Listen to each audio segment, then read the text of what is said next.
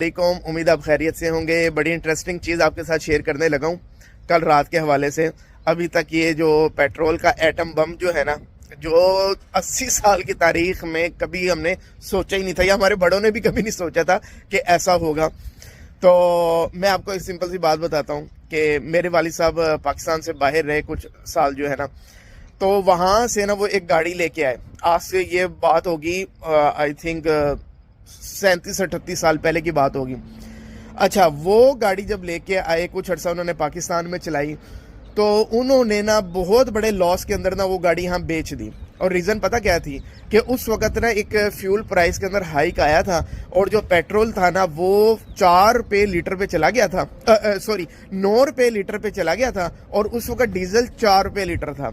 ठीक है, ये बात होगी आई थिंक 92 या 93 के राउंड अबाउट होगी। तो मैं अक्सर वाली साहब से पूछता था कि आपने जो है ना इतने बड़े लॉस के अंदर क्यों गाड़ी बेच दी थी और एक डीजल गाड़ी आपने उठा ली।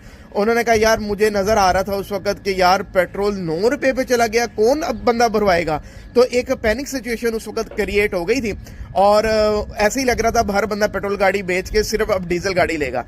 रात जो पेट्रोल का बम गिरा है, डीजल 184 रुपये महंगा हो गया। पूरी कमर्शियल ट्रांसपोर्ट उस पर, आपकी कंस्ट्रक्शन इंडस्ट्री का तो जो हाल होगा ना।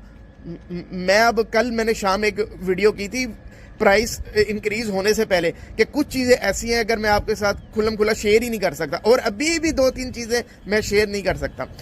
किसी ने सोचा था कि एक वक्त आएगा चंद साल के बाद 520 रुपये डीजल होगा यहाँ पे, और पेट्रोल 137 रुपये इंक्रीज होने के बाद 458 रुपये होगा।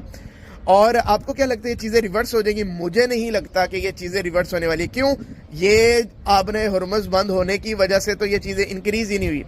2 दिन पहले IMF की एक स्टेटमेंट आती है कि यार ये सब्सिडी क्यों दे रहे हो आप लोग, और मुझे उसी वक्त खतरा हो गया था। मैं कहा अब नहीं बचते भाई, अब अच्छा। अब मैं आपको बताता हूँ रात क्या हुआ। अभी प्राइस इंक्रीज नहीं हुई, मोबाइल मेरा चार्ज पे लगा हुआ है। मैंने जो हमारे इंजीनियर है ना उमर साहब, उनके साथ डिस्कशन चल रही है। हालांकि हमारे जो CEO उनकी शादी भी है इस वीकेंड पे, तो उसमें भी हम लोग बिजी थे।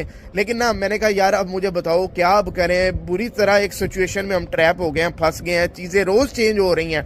अब पूरी हम डिस्कशन कर रहे हैं। अब हमें था कि 70 रुपये पेट्रोल बढ़ सकता है, एक्सपेक्टेड है 55 रुपये बढ़ गया, अब थोड़ा और बढ़ सकता है। अब हम पूरी कैलकुलेशन कर रहे हैं यार अप्रोक्सीमेट कॉस्ट कितनी ऊपर जा सकती है, कौन सी चीज़ कितनी। कोई 2 घंटे लगा के डिस्कशन की है उसके। अच्छा, मोबाइल चार्ज पे लगा हुआ है, मीनवाइल ना मैसेजेस आ रहे हैं। मोबाइल उठा के देखा 2 घंटे के बाद, तो जी फ्यूल प्राइस थी 184 रुपये और 137 रुपये इंक्रीज हो गई।